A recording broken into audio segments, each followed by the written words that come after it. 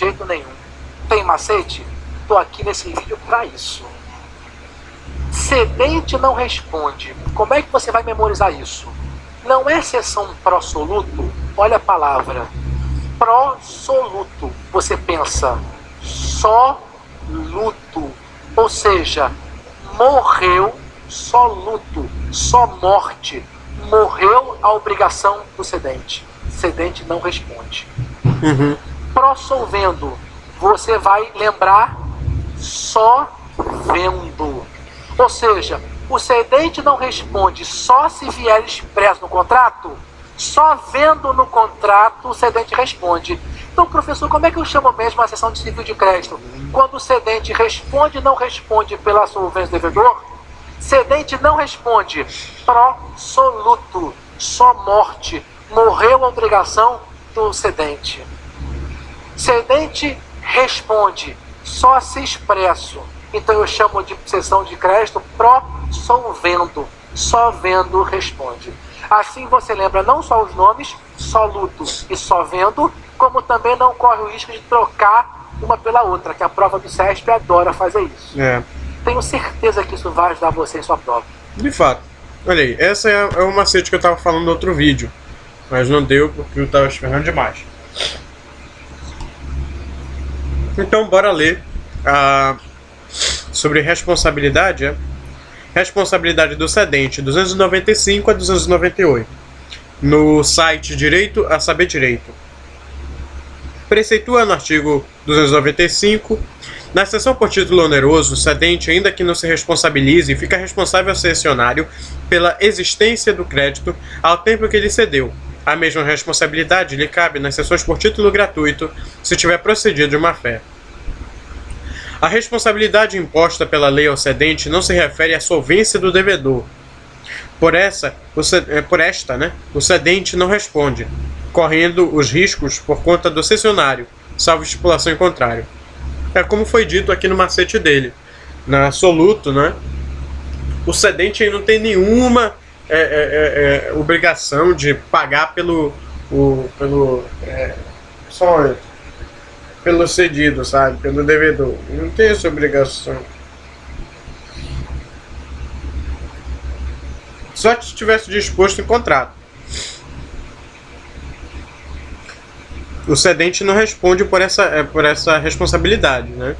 Correndo os riscos por conta do cessionário, salvo estipulação em contrário. Ele já deixa até para o futuro. 296, salvo estipulação em contrário, o cedente não responde pela solvência do devedor. Se ficar convencionado expressamente que o cedente responde pela solvência, a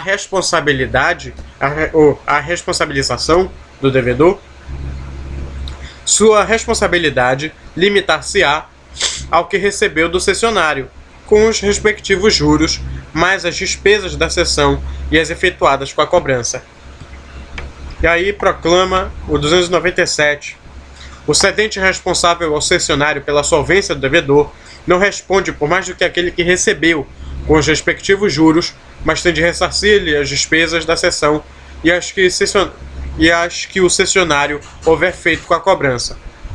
Por exemplo, se o crédito era de R$20.000 e foi cedido por 16 mil, o cessionário, o banco, por exemplo, no caso de título descontado, só terá direito a receber a importância de R$16.000 com os referidos acréscimos, e não o valor do crédito, os 20 mil.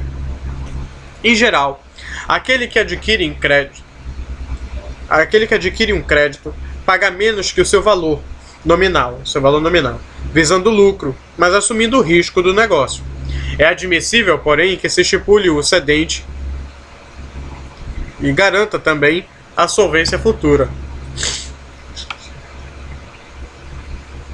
A convencionada responsabilidade pela solvência do devedor tem mais natureza indenizatória do que satisfatória. Não se garante ao cessionário, diz Antunes Varela, a prestação a que ele tinha direito ou respectiva equivalente. Garante-se apenas a indenização do seu interesse contratual negativo, no caso de o devedor vir a ser declarado insolvente. Assim, a situação do cedente responsável pela solvência do devedor não se confunde com a do fiador, e muito mais difere ainda da posição do devedor solidário, de quem o credor pode exigir, em primeira mão, o cumprimento integral da prestação devida, enquanto o garante da solvência do debitor, cessus, só responde depois de provada a insolvência deste e apenas pelo interesse contratual negativo do cessionário. Na realidade, a responsabilidade imposta ao cedente pelo artigo 295 diz respeito somente à existência do crédito ao tempo da cessão.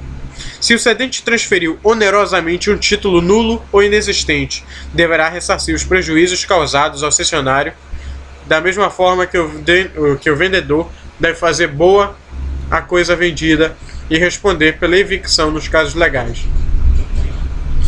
Se a cessão tiver sido efetuada a título gratuito, o cedente só responde se tiver procedido de má-fé, conhecendo a sua inexistência ou o fundamento da sua nulidade no momento em que o cedeu. Garantir a existência do crédito significa assegurar a titularidade e a validade ou consistência do direito adquirido. O cedente, preste bem atenção, garantir a existência do crédito significa assegurar a titularidade e a validade ou consistência do direito adquirido.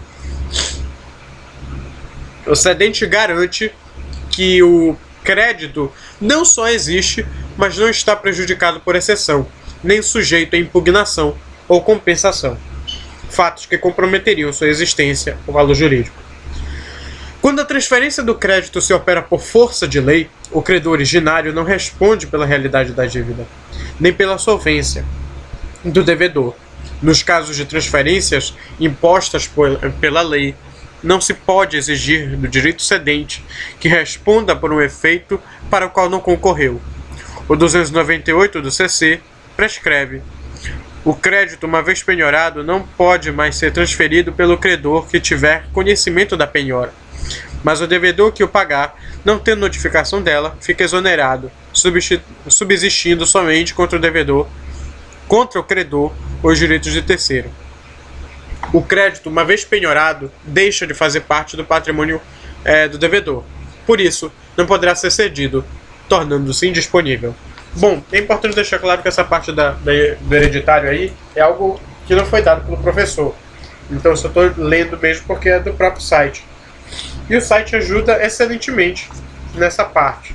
Eu agora entendi a matéria por causa disso, por causa do monitor. Falar em monitor, tem as perguntas, né, que eu mandei para ele e vou ler aqui, né, para auxiliar.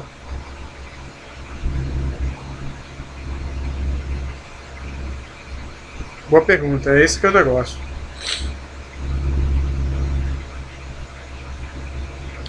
Cadê onde eu deixei? Aqui.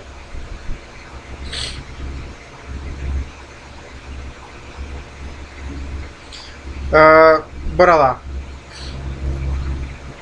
A onerosa lá, que eu falei, é uma relação de compra e venda e a gratuita doação? É a primeira pergunta. Na segunda, na pró-solvendo, qual a resposta para a responsabilidade solidária ou subsidiária? Eu não entendi o caput 291 sobre a tradição. Aí eu peço para ele explanar um pouco sobre ela. Sobre ele, o artigo, né? O senhor pode dar uma definição de atos conservatórios? Só achei os exemplos como protesto, retenção, arresto, sequestro, mas a definição não encontrei. As exceções são aquelas estudadas anteriormente? São. Isso aí já deixou claro em outro vídeo. Como funciona a responsabilidade do cedente ou cessionário? Como garantir a existência de crédito? Bora lá as respostas. Algo oneroso é porque sempre vai ter dispêndio e ganho financeiro.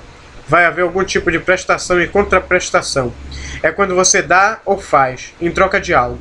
Compra e venda é só uma modalidade de uma obrigação onerosa. A gratuidade vem do beneficiário, que não tem uma contraprestação, não tem trocas, não há dispêndio financeiro. A doação é apenas um tipo de obrigação gratuita. Nesse caso, a cessão vai ser gratuita por conta da não exigibilidade da contraprestação. Você cede o crédito a troco de nada, somente para beneficiar uma pessoa. Vai ser onerosa quando o cedente pede uma contraprestação. Há benefício e prejuízo, né, entre aspas, mútuo. Cede o crédito no sentido de adiantar o dinheiro, por exemplo. Na responsabilidade solidária, o cedente é devedor principal junto ao devedor, ao cedido, né? E pode ser cobrado a dívida de forma integral. Regras das obrigações solidárias. Mas essa solidariedade não se presume. Isso está naquele artigo que já foi lido aqui. Não se presume solidariedade. E se no contrato de cessão nada estiver estipulado, será a regra da subsidiariedade. A subsidiariedade, por sua vez, o cedente é devedor secundário e só será responsabilizado caso o principal seja insolvente, caso o débito não seja quitado pelo principal. Tradição é a entrega de alguma coisa, transmissão. Existe um princípio que é a regra dos títulos extrajudiciais. É o da cartularidade. Quem tiver em mãos o título é que pode sacar ou cobrar o crédito. Então, o 291 está falando justamente da transmissão desse crédito, através da tradição desse título. Ainda está em 76, não tem um aí? Atos conservatórios são aqueles atos unilaterais que servem para conservar a existência do direito de receber esse crédito. Por fim, era isso mesmo que tinha para ser falado. Não tem muita coisa além. Espero ter ajudado. Não queria deixar isso mais confuso do que já é a matéria, né? A matéria não é confusa, que ela é realmente trabalhosa.